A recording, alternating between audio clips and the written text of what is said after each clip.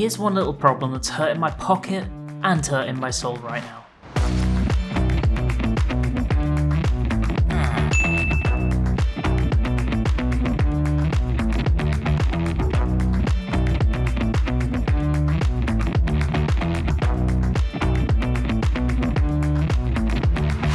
Chaos is dead, and it's not the only dead data center either. Each region has one DC that's bustling and lively for endgame activities, with populated player hubs, quick queues, and party finders filled to the seam with content, ready to enjoy. The others look like this. Let's talk about it. Initially, choice-based cross-world gameplay didn't even exist at all, let alone cross-data center.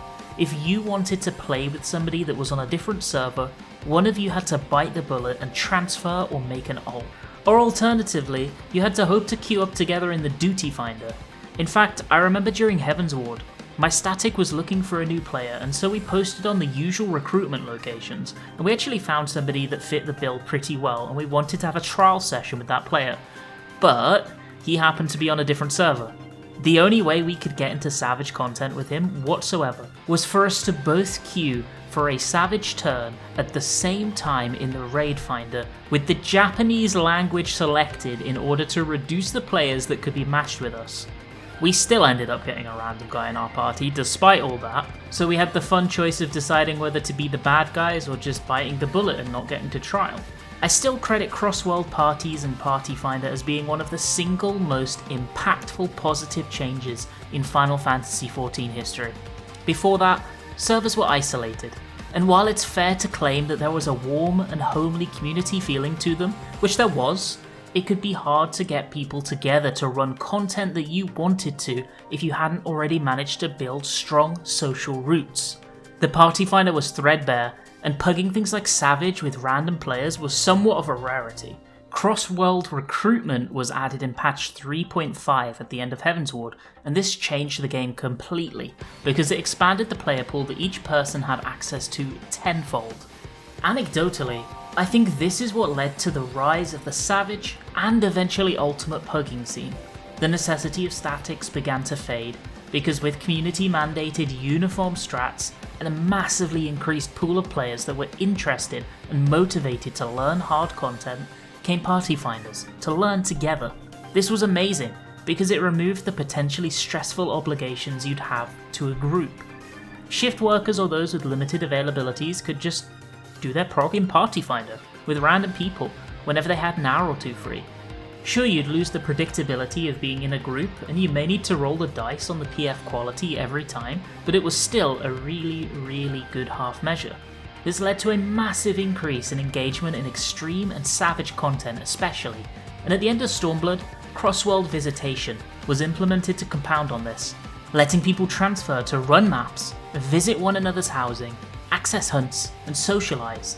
In one short expansion, Final Fantasy XIV had turned from a massive collection of small microcosms into these much larger collective social bubbles, and in Endwalker, the biggest change of all would come as the capstone to this movement.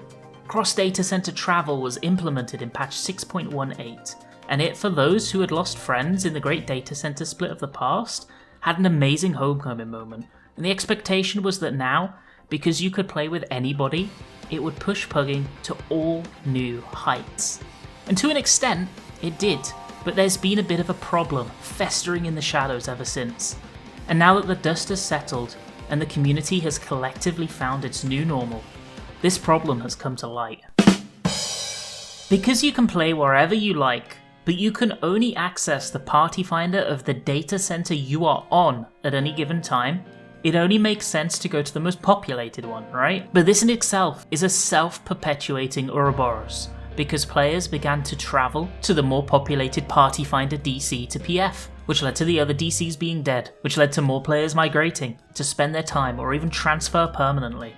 The problem has grown and grown as more and more people heard, oh, if you want a PF, you should go to X. Until now, it's at the point where if you're on the wrong data center, you may struggle to fill your Party Finders at all.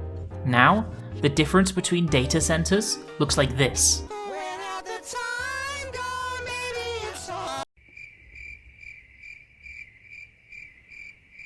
So now, We live in this current situation.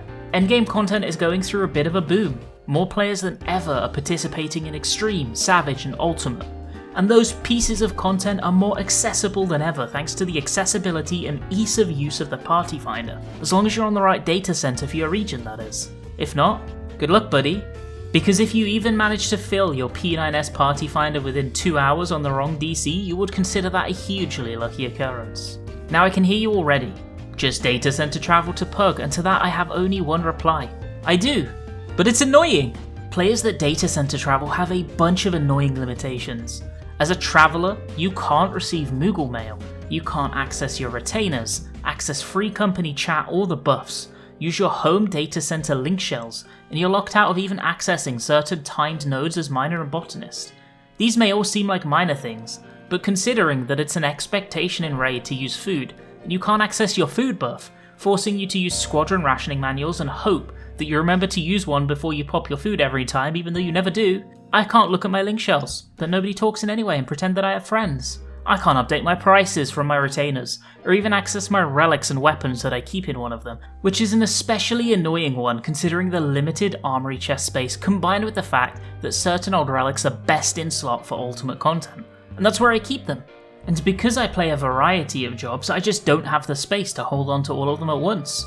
So the potential solutions are to travel back to Chaos, grab the relic, travel back to Light, and then hope that the PF I wanted to join hasn't filled that spot within that time window, or I use a worse weapon that does less damage. Not ideal. But it's not just me that's struggling. Let's look at what others think about this. Some people felt similarly to me. It's 100% of benefit to Ether, Mana and Light and a detriment to everyone else. Materia does not care. Some people don't care what you think. It's not going to change back. Get used to it and just go to Ether. And at least some people are making the most of it. So, what's the solution? In one sentence, region-wide Party Finder. Okay, so maybe it's not quite as simple as that, but the core is that when you're on your home server, you should have access to 3 different Party Finder tabs.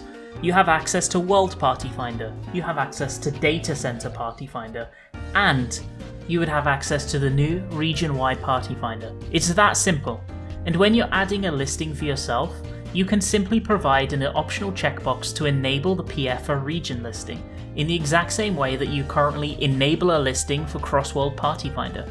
This makes it opt-in, but so easy and accessible to opt in that even the most casual player would instantly understand that yes, this is a good idea aside from in the most specific circumstances. I know that World Party Finder is pretty dead right now, aside from the occasional RP venue listing, map party, or lonely Mikote boy looking for GF. Please. But there is a reason why these things should be opt-in rather than automatic.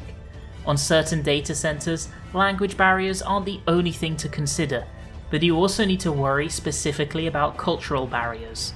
I'm talking mainly about JP here, but a decent subset of Japanese players are still, unfortunately, pretty xenophobic and do not want to play with non-JP speaking players, to the extent of putting JP only party finders up and being very selective of players that don't meet those requirements. Those players would likely not be exactly happy to see more English-speaking players invade their PF lists when the elemental players are incorporated should the region-wide party finder be implemented. So it makes sense to me to have the experience be opt-in completely. If you want to, you can leave the tick box unticked and keep that smaller player pool in exchange for more exclusivity. You can do that should you want to. We could even go one step further at this point and make all of the duty finders region-wide honestly. Now, when it comes to the actual logistics and infrastructure of this, I'm clueless, and I acknowledge that. Maybe this is totally impossible, but in my heart of hearts, I don't really believe that. Neither does Yoshi P, because he stated the following a little earlier in the year in a Famitsu interview. Some sort of worldwide duty finder system or content matching and registration system is currently under consideration. They're worried about cultural things though, and it's a big technical challenge besides. If this is something that's actually under consideration, or the early stages of implementation, that means that playing with players on a different data center within the same region, a much less extreme step, should be within the realm of possibility as well. And whilst a worldwide duty finder and even party finder sounds great, that too opens up an entire can of worms that I'm not really sure I'm ready to talk about in this video, aside from to mention the obvious ping issues. And it isn't something that is needed. Cross data center, I feel, is. And it's something that I'm really hoping to see implemented as soon as next expansion. If not, well, I guess I better get used to traveling for another expansion. I miss my retainers. Thank you so much for watching today. Do you think there's any other solution to this issue? Do you think it's even a problem? I'd love to get more opinions from other FF14 players, so let me know in the comments. Maybe, for those of us that are struggling out here with needing to constantly region travel, this might get a couple of extra eyes and ears on the problem, who knows? Have a fantastic day all, and I will see you next week with another video. Have a good one.